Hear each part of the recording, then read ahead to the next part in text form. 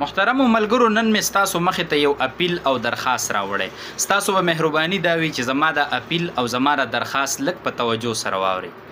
جامع دارالعلوم حقانیه کوړه خټک د کوړی مشهوره مدرسه او د پښتونخوا د سیمې هغه اداره چې د هیڅ تعارف محتاج نه ده، چې د شیخ ادریس صاحب غوندې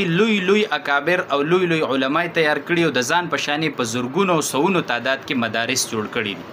او داسې یو اداره چې په هر دور کې لوی مفتیان او شیوخ الحدیث جوړ کړي دي. او که زه ستاسو مخې ته نن د یو طالب علم په حیث باندې ناست یم او تاسو زمانه یو دوه مسلې د دې پیج په واسطه باندې زده کوئ، زما غوندې د وړوکي طالب علم نه، نو دا زموږ د دغه استادانو برکت دی چې په 2016 کې زما د دغه مدرسې نه الحمدلله فراغت شوی دی، او دغه استادانو او مشرانو زما په لاس په سر باندې د شفقت لاسونه ایښي دي. دا د هغوی برکت دی که نن یو دوه ټکي موږ ته زده دي او هغه موږ تاسو ته بیانو، د هغې نه تاسو ته پیدا رسي. زه خپله خبره اوږدول نه غواړم، خو محترمو دغه مدرسه نن د یو لوی مشکلاتو سره مخامخ شوې ده چې هغه مالی مشکلات دی او مالی بحران دی،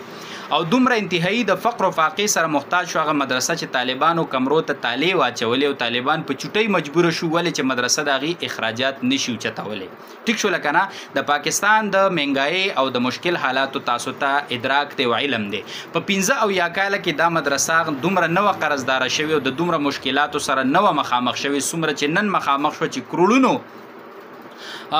کروڑونه روپۍ چې کم دی نن د هغه قرضدار شول، او لکونو تعداد کې د هغې لنګر قرضدار دی، لکونو تعداد کې د هغې بیلونه دي د ګیس او د بجلۍ، او مدرسه بالکل موږ به دا وویو چې نن هغه د مالی بحران د وجې هغه په ټپه باندې ودرېدله. نو لحاظه ستاسو په خدمت کې زه عاجزانه درخواست ږدم چې په دې پیج کې موږ سره تکړه خلک شته په پاکستان کې، پښتانه د نورو ملکونو اوورسیز پاکستاني یا نور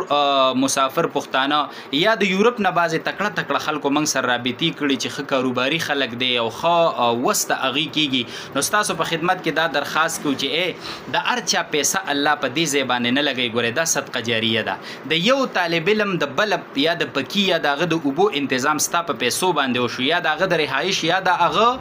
خېټه یو ورځ ستا په پیسو باندې مړه شوه، په دغه مړه خېټه هغه کم سبق یاد کو، کم علم یې زده کو، نو دغه علم که دی پې په خپله عمل کوي او که نورو ته یې رسوي نو ستا او زما به پکې حصه وي. لہذا که کم ملګري داسې دي چې هغوی وایي زموږ وس نه کېږي، نو د دې ویډیو د شیر کولو وس خو به هم کېږي، په ګروپونو کې شیر کوي، د ملګرو سره یې شیر کوي، په داسې محافلو مجالسو کې رشته دارو کې به تکړه کسان یې هغې ته دا میسج او پیغام ورسوي، په دوستانو کې به مالدار کسان یې. ګورئ دا زموږ او ستاسو دپاره صدقه جاریه ده، او د دنیا او د آخرت عظیمه سرمایه دغه مدارس دي، او چې هغې لګیا دي نن په دغه مدرسه کې په زرګونو تعداد کې په یو وخت طالب علمان سبق وایي چې په هغې کې د ناظرې او د حفظ نواله تر د دورې حدیثه پورې طالب علمان دي. نو ستاسو په خدمت کې عاجزانه درخواست کوم چې تاسو کې الله چاله وس ورکړی دی، هغه لازمه نه ده چې تاسو د کروڑونو روپۍ راولېږئ او لکونو روپۍ دې راولېږئ، نه سوونو او زرګونو تعداد کې هم تاسو امداد کولی شئ، تاسو نن د دغه جامعې او ادارې سره کولی شئ. ټیک شو لکه نه، تاسو ته پته ده چې دا د سرکار په خزانه بوج نه دي، د سرکار د طرفه دې ته څه پند نشته، دا ټول د دې غریبو عوامو په اخلاص او په چنده باندې الحمدلله دا مدارس روان دي او دا خدمت الله را دې غریبو نه اخلي. نو که کوم تکړه خلک یې په تاسو کې کاروباري خلک یې د بینک بیلنس خاوندان دي، نو ستاسو په خدمت کې زما دا درخواست دی. ما د اوسه پورې داسې ویډیو نه ده کړې چې زه تاسو نه په هغې کې څه ډیمانډ وکړم او څه وغواړم، خو دا یو مشکل دور دی او زموږ په دغه مدرسه باندې راغلی دی او دا د ټول امت مسلمه مسله ده. نو ستاسو خدمت کې عاجزانه درخواست دی چې تاسو ته په دې سکرین کومې نمبر ښکاري، که داسې نه وي نو موږ د ویډیو په کمنټ کې هم نمبر یې ورکوو، د هغې چې کوم د بینکونو اکاونټونو نمبر دي